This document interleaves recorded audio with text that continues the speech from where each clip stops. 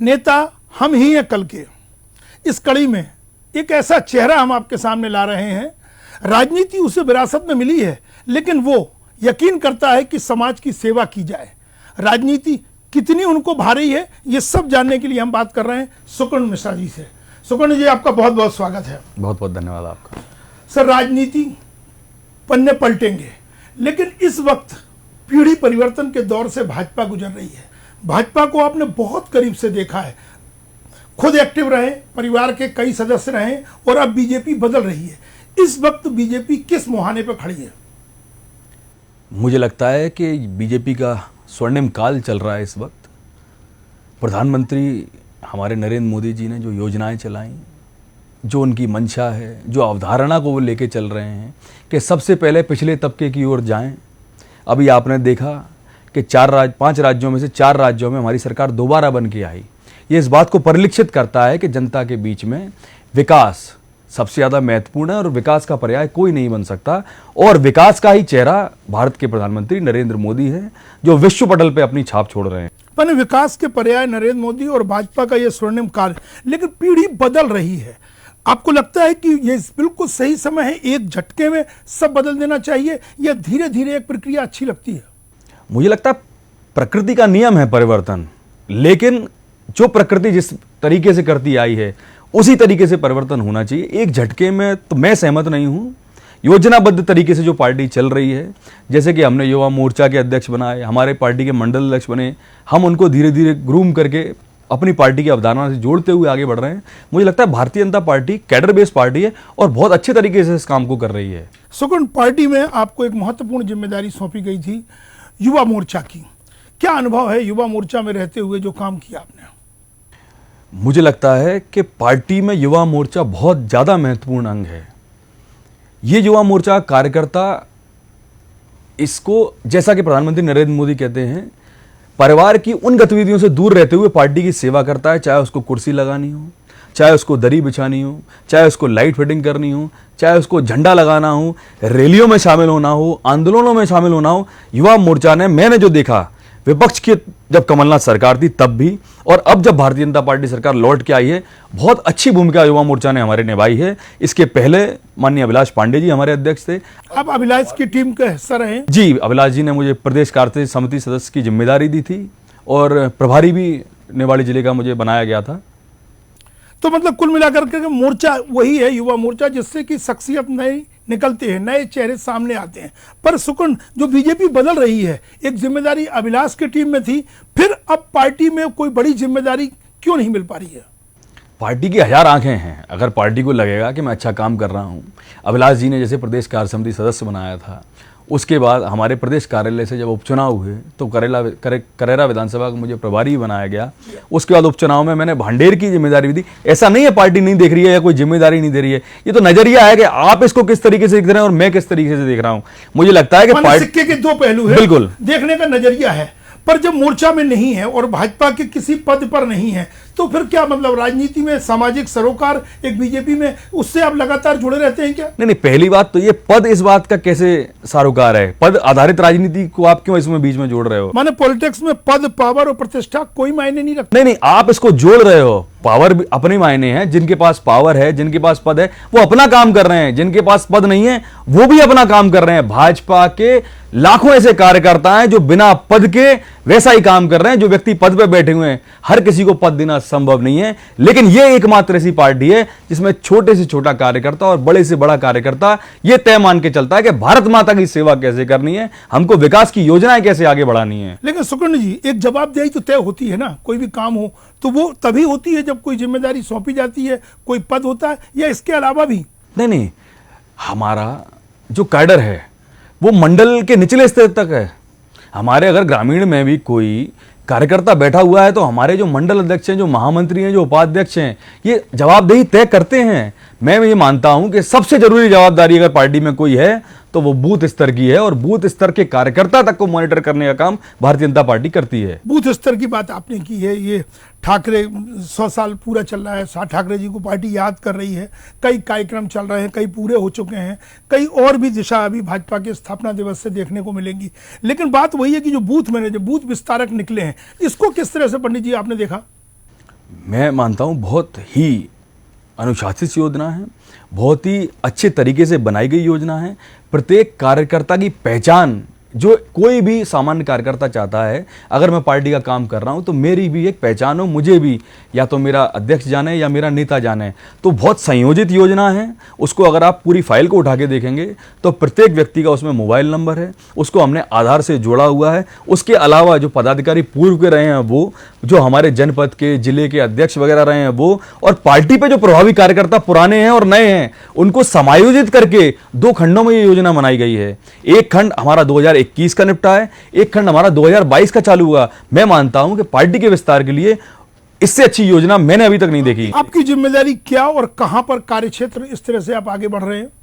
मेरी जिम्मेदारी, मैं ये मानता हूं कि जैसा पार्टी आदेश करेगी पहले तो वो, हालांकि मैं भांडेर, दतिया, ग्वालियर, भोपाल जो संभव होता है, जो भी संभव प्रयास हैं, एक सेतु का काम है किसी भी कार्यकर्ता का, किसी भी नेता को लेके। हमारे जितने भी भारतीय जनता पार्टी के कार्यकर्ता हैं वो ये प्रयास करते हैं कि जो भी हमारे सरकार में लोग बैठे हैं, संगठन में लोग बैठे हैं, सब मिलकर कैसे ना कैसे करके जनता के भलाई के काम कैसे करें। माने अगर कोई कष्ट है, किसी को कोई परेशानी है, कोई समस्या है, तो पंडित जी आपके मतलब सुकुंड मिश्रा जी के दरवाजे खुले रहते हैं और सभी आपसे मिल सकते हैं, और उसको अगर न्याय की दरकार है तो उसके लिए फिर आगे भी बढ़ते हैं। न केवल सुकर्ण मिश्रा के, भारतीय जनता पार्टी के प्रत्येक कार्यकर्ता के दरवाजे 24 घंटे 8 पैर खुले हैं जनता के लिए। व्यक्तिगत स्तर पर भी कोई काम पार्टी से हटकर समाज की सेवा के लिए कुछ काम कर रहे हैं? मैं लगातार कोरोना काल में, मैं क्या, पूरे कार्यकर्ता लगातार कोरोना काल में, हमने दतिया में एक समिति इसके लिए अलग से बनाई, सेवादान समिति। हमने ये प्रयास किया कि सरकार के अलावा भी जो सामाजिक संगठन है वो आगे आए और राशन की उपलब्धता कराएं, क्योंकि आपने देखा है ऐसी महामारी पिछले 100 साल में दुनिया पे नहीं आई, और कई लोगों के जो रोजगार छिन गए, जो लोग घर से नहीं निकल पा रहे थे, जो माताएं बहनें परेशान थीं, उनको हमने सुचारू रूप से, क्रमबद्ध तरीके से, योजनाबद्ध तरीके से भोजन के, राशन के पैकेट मुहैया कराए। और मैं ये मानता हूं ऐसी कोई भी जिम्मेदारी से मानवता का जिससे भला होता हो, मुझे इसमें बहुत खुशी मिलती है। निश्चित तौर पर आप भोपाल में भी सक्रिय है, राजधानी एक बड़ा स्थान हो जाता है, लेकिन कार्य क्षेत्र आपका अपना गृह क्षेत्र जो डबरा है वो, या फिर जो पिताजी का विधानसभा क्षेत्र है दतिया, प्राथमिकताएं कहां पर कैसे तय करते हैं? जहां भारतीय जनता पार्टी का कार्यकर्ता खड़ा होता है वहां उसकी प्राथमिकता हो जाती है, चाहे डबरा हो, चाहे दतिया हो, चाहे शिवपुरी हो, अशोकनगर हो, गुना हो। मैं नहीं मानता कि आप किसी को भी एक क्षेत्र में बांध के क्षेत्रवाद का तमगा लगा सकते हैं उस पर। अगर आज मैं आपके सामने भोपाल में खड़ा हूं और कोई कार्यकर्ता अगर परेशान है, कोई जनता का व्यक्ति अगर कोई परेशान है और मेरे पास ये संभव है, अगर मैं ये संभव कर सकता हूं कि मैं उसकी काम कर सकूं, उसकी मदद कर सकूं, तो वो मेरा क्षेत्र बन जाता है। निश्चित तौर पर पिताजी गृह मंत्री हैं, कितने चुनाव नहीं जीते उन्होंने, और एक कहते हैं कि एक अलग ही प्रतिभा है, लेकिन अगर सुकुंड ने अपने पिताजी से सीखा है तो क्या सीखा है? मैं अपने पिताजी का सर्वश्रेष्ठ पहलू मानता हूं उनका अनुशासन। विगत लगभग 45-40 सालों से 5:30 बजे सुबह उठना नियमित रूप से, और रात को 11:30 बजे तक लोगों के काम करना, बाकी सारी चीजें उनकी आपने जैसा कहा विलक्षण है, लेकिन उसमें सबसे ज्यादा जरूरी है अनुशासन। अगर आप किसी भी काम को रोज अनुशासित तरीके से करते हो तो मुझे लगता है आप लक्ष्य को पा सकते हैं। और जो आपका काम है, जो दीनदयाल उपाध्याय जी की योजना है अंत्योदय तक की, आखिरी व्यक्ति तक पहुंचने की, वो काम मुझे लगता है वो विगत 40 वर्षों से बिना थके, बिना रोके किए जा रहे हैं। इसका मैं चाहता हूं कि सभी अनुसरण करें, सभी अनुकरण करें। टाइम बाउंड है, अगर जो भी है उनका फिक्स हो जाता है 24 घंटे पहले, और रोड मैप एक तैयार रहता है, चाहे वो 30 त्योहार हो या किसी का सुख दुख हो, या सुबह का मॉर्निंग वॉक हो या इवनिंग वॉक हो या मिलना। तो ये जो समय की प्रतिबद्धता है, ये चाहते हैं कि ये एक बहुत बड़ी ताकत होती है राजनीति में। और पंडित मतलब छोटे पंडित मतलब सुकुंड जी भी इस लाइन को आगे बढ़ेंगे। राजनीति में ही क्यों, किसी भी क्षेत्र में आप चले जाएं, जैसे आप पत्रकारिता में हैं, आपका भी तो एक टाइम बाउंड शेड्यूल होता होगा कि आपको इतने बजे यहाँ पर रिपोर्टिंग करनी है, इतने बजे इंटरव्यू लेना है। प्रधानमंत्री 18 घंटे काम करते हैं, हमारे मुख्यमंत्री 18 से 20 घंटे काम करते हैं। जितने भी भारतीय जनता पार्टी के लोग हैं अन्य आयामों में हैं, सफल लोगों को अगर आप उठा के देखोगे तो उनका डिसिप्लिन, उनका टाइम बाउंड शेड्यूल मुझे लगता है सबसे ज्यादा महत्वपूर्ण रहा है। लेकिन जब आप कभी टीवी देखते होंगे तो टीवी में एक चेहरा कुछ ज्यादा दिखता है, मतलब सबका प्रिय है, टीवी की जरूरत है, लेकिन जब वो कांग्रेस के ऊपर लगातार आरोप लगाते हैं तब आप क्या सोचते हैं? नहीं, कोई आरोप उन्होंने गलत लगाया है क्या? सवाल खड़ा करते हैं, सवाल कोई गलत खड़ा किया क्या? उनका अंदाज कैसा लगता है आपको? अरे भाई, आप ये बताओ, जो वादे करके कांग्रेस आई थी, अगर उस पर सवाल भाजपा खड़ा नहीं करेगी तो कौन खड़ा करेगा? अगर आप पत्रकार होके ये सवाल खड़ा नहीं करोगे तो कौन खड़ा करेगा? आपने कहा 2 लाख रुपए माफ कर देंगे, सिंगल किसान नहीं है ऐसा जिसके 2 लाख माफ हो गए हों। आपने युवाओं से कहा कि बेरोजगारी भत्ता देंगे 4000, एक को भी नहीं दिया। और सितम आप देखो, ढोल चराओगे तो मिलेंगे, बैंड बजाओगे तो मिलेंगे। ना तो आपने अपना कमिटमेंट पूरा किया, उसके बाद आपने उसकी बेइज्जती और करना चालू कर दी खुले मंचों से। इसीलिए तो आपकी पार्टी में ऐसे बगावत के सुर फूटे। और फिर ऑपरेशन लोटस सामने आता है, उस वक्त भी ये चेहरा बहुत चर्चा में था। लेकिन पिताजी के साथ कितने इलेक्शन देखे? मुझे लग रहा है कि 2008-9 के बीच में आप उनके साथ आ गए थे। मैं पिताजी के 2008 की विधानसभा से साथ जुड़ गया था। 2009 की लोकसभा, 13 के विधानसभा चुनाव, 14 में माननीय प्रधानमंत्री जी का 2014 का चुनाव, एंट्री हो जाती है 18, 19 और ये उपचुनाव। इन 3 विधानसभा और 3 लोकसभा के अलावा एक और चुनाव आया था जब इमरती देवी इस्तीफा देकर चुनाव लड़ती है। लेकिन सबसे ज्यादा कठिन कौन सा चुनाव था पंडित नरोत्तम मिश्रा के लिए? मैं मानता हूं हर चुनाव ही कठिन होता है, लेकिन परिस्थिति जन्य भी होता है। कई बार आप अपनी बात पहुंचा नहीं पाते, या कई बार ऐसा होता है आप पहुंचाते, सामने वाला समझ नहीं पाता। बहुत महत्वपूर्ण बात कह रहे हैं, या तो बात पहुंचा नहीं पाते हैं और पहुंच जाती है तो फिर सामने वाले के गले नहीं उतरती है, माने उसको आप समझा नहीं पाते हैं। तो इसके लिए फिर इसका तोड़ क्या है सर? इसका तोड़ मुझे लगता है कि आपको सतत प्रयास करना चाहिए, जो माननीय नरोत्तम मिश्रा जी 40 सालों से कर रहे हैं। अगर वो नहीं समझ पा रहा तो हमको और प्रयास करना है। हमको अपनी बात ऐसे पहुंचानी कि उसको समझ में आए। जरूरी नहीं है कि हमारी बात सही हो गलत हो, ये निर्धारण उसको करना है, पर उसको समझ में आना बहुत जरूरी है।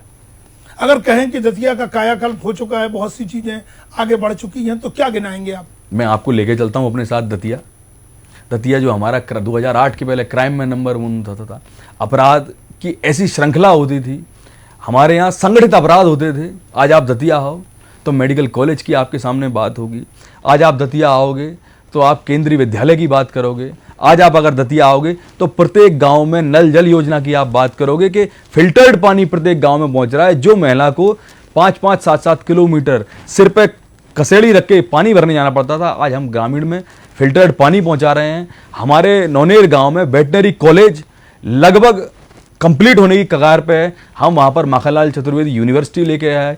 हमने वहां पर जो दतिया में पानी कट्टियों में बिकता था 5-5 रुपए, अगर आप दुकानदार से मांगने जाओ तो दुकानदार ये कहता था अगर कुछ खाने का लोगे तो ही आपको पानी दिया जाएगा। और माननीय ने 2008 में वादा कर दिया था कि जब तक 3री मंजिल तक टिल्लू से पानी नहीं पहुंचाऊंगा, चैन से नहीं बैठूंगा।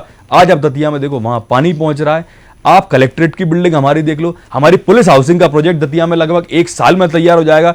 योजना हवाई पट्टी को देखोगे, झांसी में जब अभी उत्तर प्रदेश में चुनाव हुए तो मैक्सिमम नेता दतिया की हवाई पट्टी पे हमारे उतरते हैं।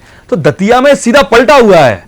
जो दतिया सबसे पिछड़े जिलों में कभी आता था, अगर आज आप मेरे साथ आप दतिया चलोगे तो ये मैं नहीं कह रहा, ये आप साधारण जनता से अगर आप पूछोगे, वहां पर स्वच्छ वातावरण, सुपर क्लीन संडे हम मना रहे हैं। हम प्रयास में हैं कि हमारा दतिया भी इंदौर जैसे महानगरों की श्रेणी में है। कानून व्यवस्था, गृह मंत्री हैं, उस क्षेत्र के विधायक जो मंत्री मंडल का नंबर 2 चेहरा है। कानून व्यवस्था के मामले में दतिया, कानून व्यवस्था के मामले में तो बताया, चौराहा कांड दतिया का मशहूर कांड, आज से 15 साल पहले 30-30 मर्डर दतिया जिले में हो जाते थे 1 महीने के अंदर। अब आप खुद आंकड़े उठा के देख लीजिए, ये तो आंकड़े सरकारी आंकड़े कहीं भी मौजूद होंगे। अब त्वरित कार्रवाई, आपकी एफआईआर आपके द्वार जैसी योजना माननीय मंत्री जी ने शुरू की है। ऐसी अनेक, एक की बात नहीं कर रहा, अनेक योजनाएं हैं। आप दतिया विधानसभा का कंपेयर में किसी भी अन्य विधानसभा को रखेंगे तो आप ये पाएंगे नरोत्तम मिश्रा ने जो कहा सो किया। उन्होंने जो समर्पण दतिया की जनता को दिखाया है, और माई महाराज की ऐसी कृपा और आशीर्वाद है कि न जाने कैसे, वो कहते हैं मैं अकेला ही चला था जानवी मंजिल मगर लोग मिलते गए और कारवां बनता गया। तो हमारा सतत प्रयास यही है कि दतिया को हम नंबर 1 जो बी ग्रेड शहर है हमारे, वहां तक लेके जाएं। दतिया एक बुंदेलखंड का भी हिस्सा है और ग्वालियर चंबल से जुड़ा ही है, तो कैसे संतुलन बनाते हैं? चंबल का मिजाज अलग है, बुंदेलखंड का मिजाज अलग है, दोनों जगह फिट हो जाते हैं।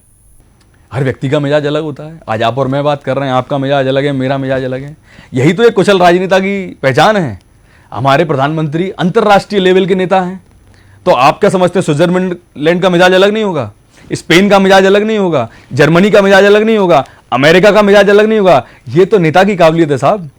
माई का आशीर्वाद है। अब तो खबर आई है कि गांव शहर के जन्मदिन के साथ माई को याद करने के लिए भी एक कार्यक्रम का ऐलान कर दिया गया है। वो क्या है? मैं ये मानता हूं कि जिस पीढ़ी में हमने जन्म लिया, आप गाहे बगाहे सुनते रहे होंगे जब हमारे वरिष्ठ लोग हमसे कहते थे, अरे तुमने वो दौर नहीं देखा तब ऐसा होता था, आपने वो दौर नहीं देखा जब ऐसा होता था। इस दौर में कुछ खराबियां भी रहीं, कुछ अच्छाइयां भी रहीं।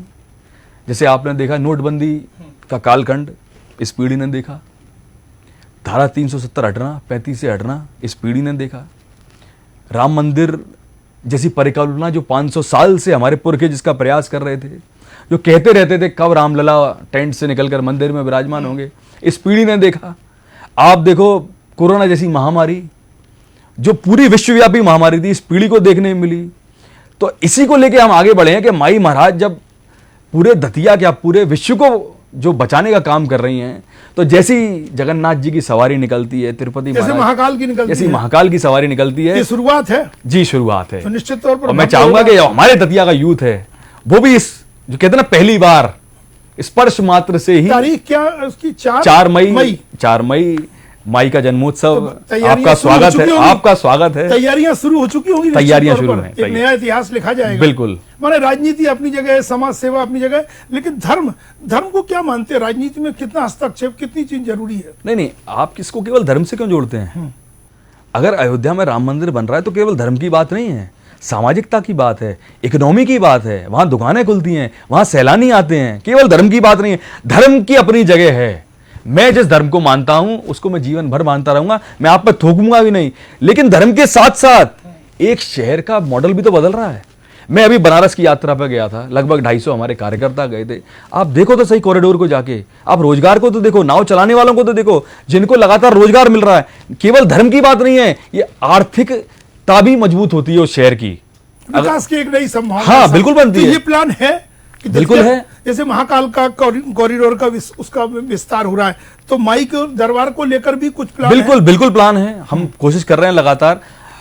हमने सामने पार्किंग की व्यवस्था के लिए टेंडर लगभग लगा रखे हैं। हम चाहते हैं कि फ्लाईओवर पीछे से ऐसा निकल जाए कि यात्रियों को आने जाने में असुविधा ना हो, जो ट्रैफिक शहर में हो जाता है वो बाधित ना हो। इसको लेके और विस्तार करने की पीछे भी योजना है। हम चाहते हैं कि दतिया आर्थिक रूप से, चाहे आप मेडिकल कॉलेज की बात करो, जब एक बिल्डिंग बनती है तो उसमें रेत भी लगती है, गिट्टी भी लगती है, सरिया भी लगता है, लेबर भी लगती है, पेंट भी होता है उसका, उसमें कर्मचारी भी लगते हैं। तो आर्थिक संपन्नता भी इन चीजों से आती है। हम चाहते हैं दतिया में आर्थिक संपन्नता भी तेजी से बढ़े। बहुत कुछ आपने उपलब्धियां गिनाई है। अगले अब तो ये 2 साल बचे हैं सरकार के, लेकिन प्लान तो कई तैयार हो चुका होगा। अगर दतिया का कायाकल्प हो रहा है तो आगे और क्या है जो चाहते हैं कि दतिया में नजर आए? प्लानिंग तो एक तैयार हो, व्यक्तिगत रूप से जिसे कहते हैं ना हाथी निकल गया पूछ रह गई, तो एक क्या रोजगार की दृष्टि से एक इंडस्ट्री लगभग जिसे कहते हैं पाइपलाइन में है। जैसे ये कांग्रेस अगर नहीं आती तो हमारी 2600 करोड़ की पाइप ड्रिप इरिगेशन की योजना जो स्वीकृत हो गई थी, जो भी स्टॉल है, तो हमारे किसान को सीधा ड्रिप इरिगेशन से उसके गांव में पानी पहुंचता है, जो पिछोर से हम पानी लेके आने वाले थे। ऐसे ही हमारी रतनगढ़ वाली बाई की एक 2300 करोड़ की योजना है। तो कई ऐसी योजना पाइपलाइन में है जो इस कार्यकाल के बाद नजर भी आएंगी। लेकिन राजनीति विरासत में मिली है, यह आपकी ताकत है या भाजपा के नए उसूलों के बीच में एक कमजोरी बन जाती है? बिल्कुल नहीं। भाजपा के नए उसूल कहां इसका विरोध कर रहे हैं? पर वो परिवार की राजनीति, मोदी जी ने अभी कहा 5 राज्यों के चुनाव के बाद कि नेताओं के पुत्रों के टिकट तो मैंने कटवाए हैं, तो ऐसे में फिर सुकर्ण मिश्रा और दूसरे नेता पुत्र क्या सोचते होंगे? नहीं, पर उन्होंने ये कहा गुण दोष के आधार पर कटे हैं। वंशवाद के आधार पर अगर टिकट कटे तो बहुत अच्छा है, इसमें कोई बुराई नहीं है। गुणदोष पैमाना होना चाहिए, नहीं तो जैसा आपने देखा अगर वंशवाद के आधार पर ही आप चलोगे तो अमेठी छोड़ के वायनाड भगना पड़ता है। भारतीय जनता पार्टी इस चीज को बखूबी समझती है। जो प्रधानमंत्री जी ने कहा मैं उससे सहमत हूं। लोकतंत्र के लिए वंशवाद खतरा है। अगर हमको आगे बढ़ाना है तो गुण दोष के आधार पर बढ़ाना चाहिए। सुकर्ण मिश्रा या जो अन्य तथाकथित, जैसा आपने शब्द का प्रयोग आप लोग करते हो, जो आप प्रयोग करते हो, नहीं, जिसमें काबिलियत गुण दोष किस ओर इशारा कर रहे हैं? लगातार संपर्क रहना, पार्टी के लिए समर्पित रहना, विचारधारा से कोई समझौता नहीं करना, यही गुण दोष है? बिल्कुल है। और जनता की सेवा सबसे महत्वपूर्ण जो आपने छोड़ दिया। लेकिन सुकर्ण जी, राजनीति में पंडित जी को तो सब जानते हैं, लगातार जो मैं बार बार कह रहा हूं चुनाव जीत रहे हैं, उत्कृष्ट विधायक, उत्कृष्ट मंत्री, कैसा महसूस होता है जब इतनी बड़ी विधानसभा में ये मतलब इससे नवाजा जाता है उनको? तो दो बातें हैं, एक तो गौरव महसूस होता है, दूसरा जिम्मेदारी का बोध। जनता ने आपको चुना है, एक जिम्मेदारी के साथ चुना है, तो जवाबदेही बढ़ जाती है। बिल्कुल बढ़ती है। लेकिन सर अगर और पीछे जाए तो आपके परिवार में राजनीति तो बहुत पुरानी है।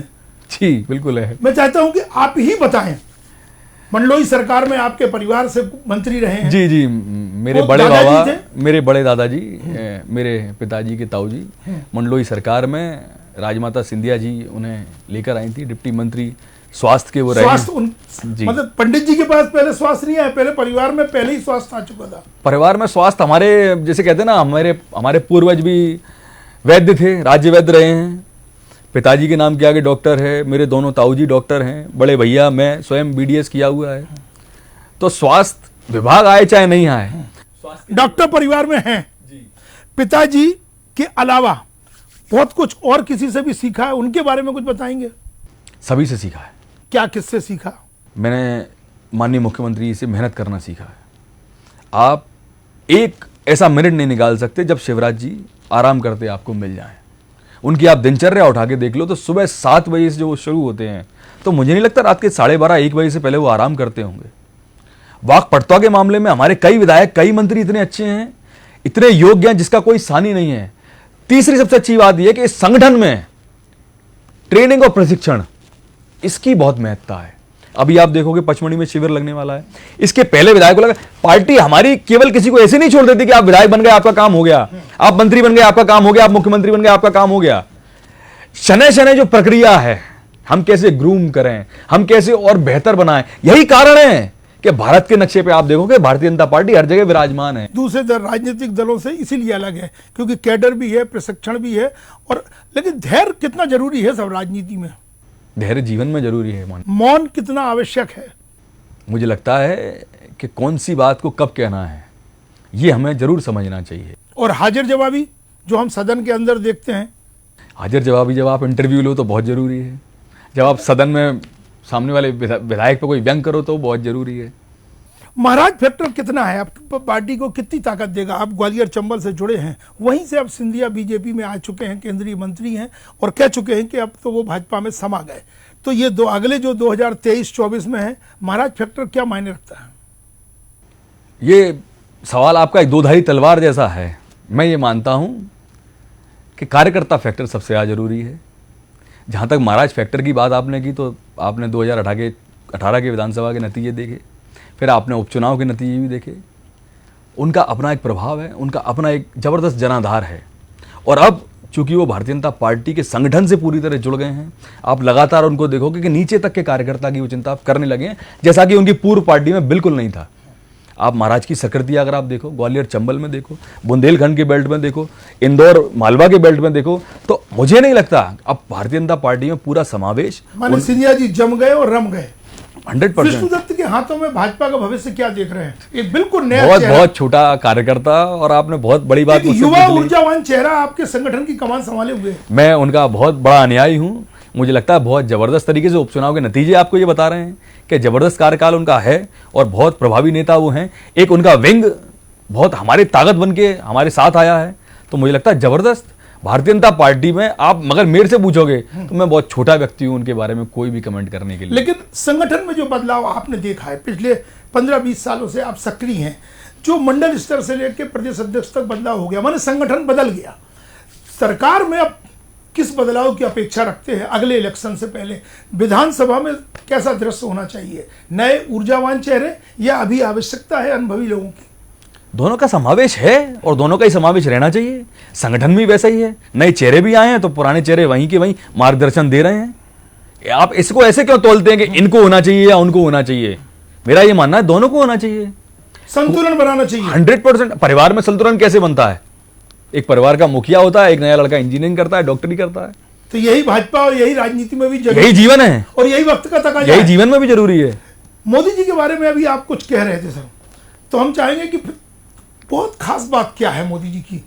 चुनाव जिताने का मादा या एक अनुशासन, या दूसरे नेताओं की तुलना में मोदी जी अलग क्यों नजर आते हैं? मेहनत और समर्पण।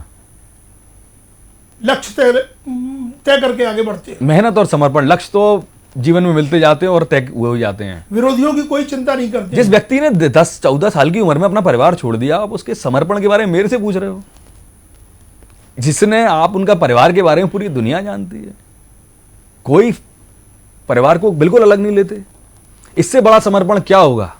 और मेहनत, आप देख रहे हो सुबह 4:30-5 बजे से योगा के बाद जब उनकी दिनचर्या शुरू करते हैं। भाजपा कहते हैं अब तो वो ग्लोबल लीडर हैं, बहुत हैं, बिल्कुल हैं। आपने अभी जो सर्वे आया देखा नहीं? नंबर 1 पे हमारे प्रधानमंत्री जी हैं। और अमित शाह का मैनेजमेंट क्या कहता है साहब? आप मेरे से अमित शाह के मैनेजमेंट के बारे में पूछ रहे हैं? एक कार्यकर्ता की मैं पहचान, कार्यकर्ता को बड़ी खुशी होती है हाँ, कि हमारा गृह मंत्री देश का अगर कहीं पहुंचता है तो हमको एक आशा और विश्वास हो जाता है कि अब ये राज्य भारतीय जनता पार्टी के पाले में आने वाला है। हर समस्या का समाधान है। बिल्कुल है, मैं गर्व से कहता हूं, बिल्कुल है। अमित शाह का मैनेजमेंट मतलब राजनीति में और कम से कम भाजपा में जो एक अलग दिशा दे चुका है, वो जरूरी है बहुत। अमित शाह ही जरूरी हैं, केवल मैनेजमेंट की बात नहीं कर रहा मैं। आप मैनेजमेंट से क्यों जोड़ते हो अमित शाह को? क्या वो भारतीय जनता पार्टी के राष्ट्रीय अध्यक्ष नहीं थे? सबसे जबरदस्त तो प्रचंड जीत यूपी में और लोकसभा में जिलाने का काम उन्होंने नहीं किया। ये केवल मैनेजमेंट नहीं साहब, ये समर्पण है, सेवा भाव है। आप इसको कैसे मानते हो? एक थे मैनेजमेंट वाले जिन्होंने कहा था कि चुनाव काम से नहीं मैनेजमेंट से जीते जाते थे। सुपड़ा साफ हो गया मध्य प्रदेश से। बात कांग्रेस की कर लेते हैं सर। ये जोड़ी जो कमलनाथ और दिग्विजय सिंह की है, बहुत अनुभवी है साहब, कई चुनाव देखे हैं। ये जोड़ी भाजपा को ज्यादा सूट करती है कि ये बनी रहे तो अपनी जीत पक्की है, या फिर वाकई में यही वो ताकत है कांग्रेस की जिसको भाजपा को बहुत गंभीरता से लेना चाहिए? मैं नहीं मानता अगर ये जोड़ी उतनी सूटेबल होती तो ये सरकार जाती नहीं। इसके पहले भी ये 10 साल सरकार में रहे। आपने मध्य प्रदेश की हालत देखी थी, ना बिजली थी, ना पानी, ना सड़क। बहुत इन्वर्टर युग हमारे यहाँ प्रारंभ हो गया था। आप पहले, आपको याद होगा, बड़ी बड़ी दुकानें इन्वर्टर की खुल गई थी। शिवराज जी जब से आए हमने सड़कों का जाल मध्य प्रदेश में बिछते हुए देखा। नल जल योजना के बारे में आपको बता ही चुका। बिजली हमारे यहाँ पर्याप्त मिल रही है। उसके बाद हमने जो योजनाएं शुरू करी, इस जोड़ी ने तो बंद कर दी। बिल्कुल मुफीद है, जनता जानती है कुछ नहीं कर सकते। इनका टाइटल जो मिस्टर बंटाधार था बिल्कुल सही था। आप बताओ, मंदसौर में जब बाढ़ आई तो नेता हमारे शिवराज जी क्यों भरे पानी में घुटने घुटने जनता की मदद कर रहे थे, और क्यों कमलनाथ जी अपने ऑफिस में बैठे थे? जनता जानती है कि सेवा करना इनके बस की नहीं है। इन्होंने एक घोषणा अपनी पूरी नहीं करी जिसको ये वचन पत्र कहते रहते थे। एक सवाल, भाजपा के सामने कोई चुनौती है तो वो क्या है इस वक्त? मुझे लगता है कि देश में भारतीय जनता पार्टी को लेकर अब जनता मान चुकी है, अगर विकास कोई कर सकता है तो यही कर सकती है। यही पार्टी में वो मानता है, तो इसी के साथ चुनौती बढ़ जाती है। बात ये भी आती है कि सिर्फ विकास से चुनाव नहीं जीते जाते, बाद में फिर राष्ट्रवाद आता है, बाद में सोशल इंजीनियरिंग के नाम पे जाति समीकरण दुरुस्त किए जाते हैं, कुछ क्राइटेरिया ऐसे बनाए जाते हैं, कई फैक्टर काम करते हैं मध्य प्रदेश में। आप बताओ ऐसा कौन सा फैक्टर आया?